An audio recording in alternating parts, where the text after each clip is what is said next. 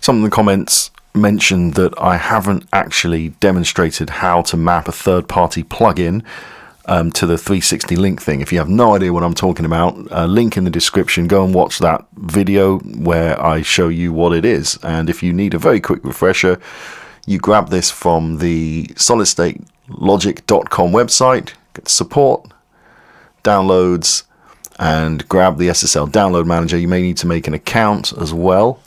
I know we all hate download managers, but just suck it up. It's not that bad. And grab three things. The SSL 360, you need to download that. None of these cost any money, by the way. This is all completely free. Get the 360 link, the 360 link bus comp. These two things are VST plugins. They're going to be used to interface with the SSL 360, which looks like this, with nothing in it at the moment. And the idea is, as you add instances of your channel strip plugins here, they will appear here, and you can use them just like in a console, and your bus compressors will appear here. And if you have the SSL metering plugin, it appears here. Like I said, if you have no idea what I'm talking about, go and watch that video I've linked in the description. Okay, so once you've got that stuff, you want to add an instance of the SSL 360 link plugin, and when you do that, it will probably be like this, just this blank slate. Now, you can't change any of this, and these things correspond to controls on your channel strip that will show here. We can see our first channel here, and there's nothing here. Just to show you, if I load in the SSL Brainworks SSL 4000E, you can see that I have those controls here now. So we can't change these, and that's because this software is actually meant for SSL's UC1 plugin controller.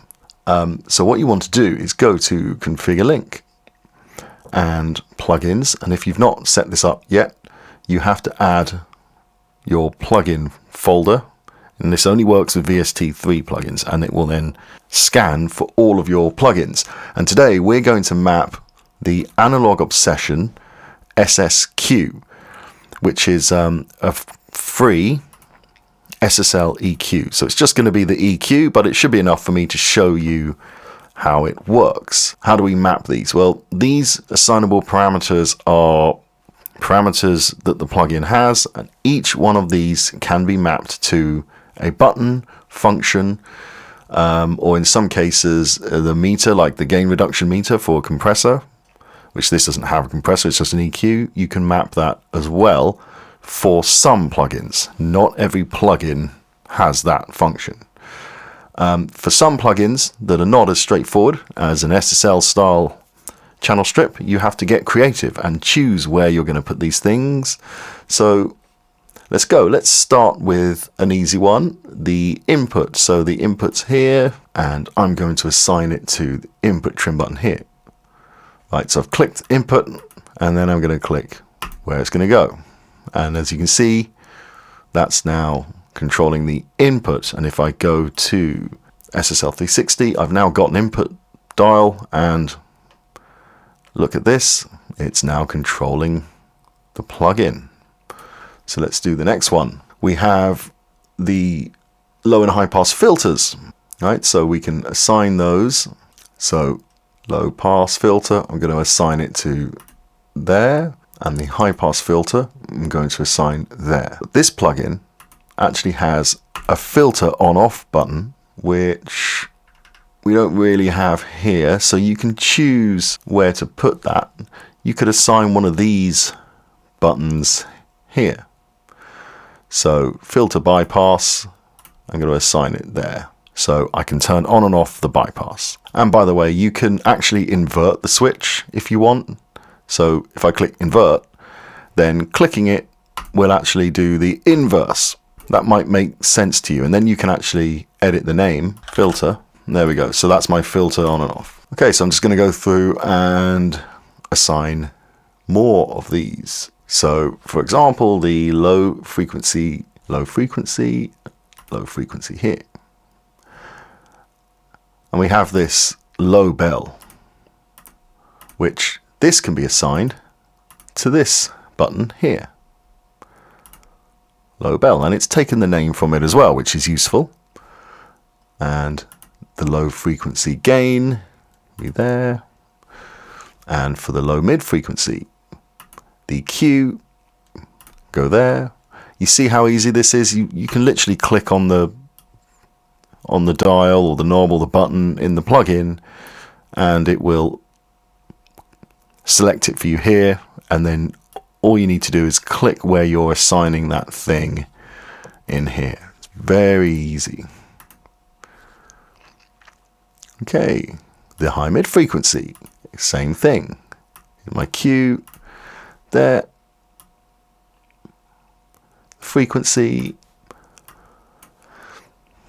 the gain, the high shelf.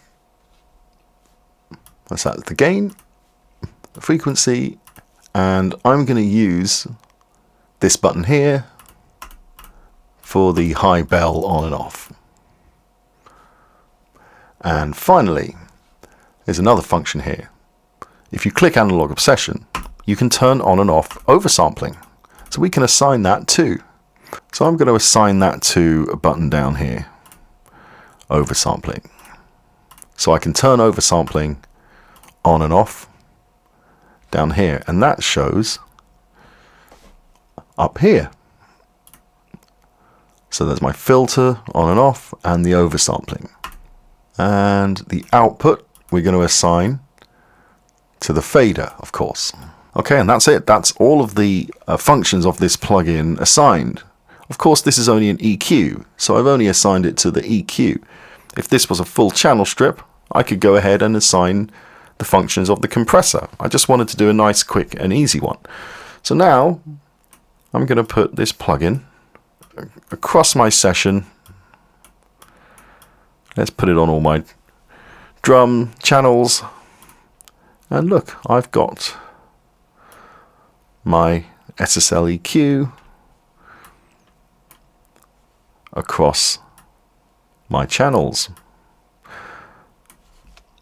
And you can map any plugin, any VST3 plugin that you have can be mapped to this. Just remember that you are restricted to this design language, these number of buttons. Don't forget about these wildcard buttons down here. These can be useful. But yeah, hope this helps, and have fun.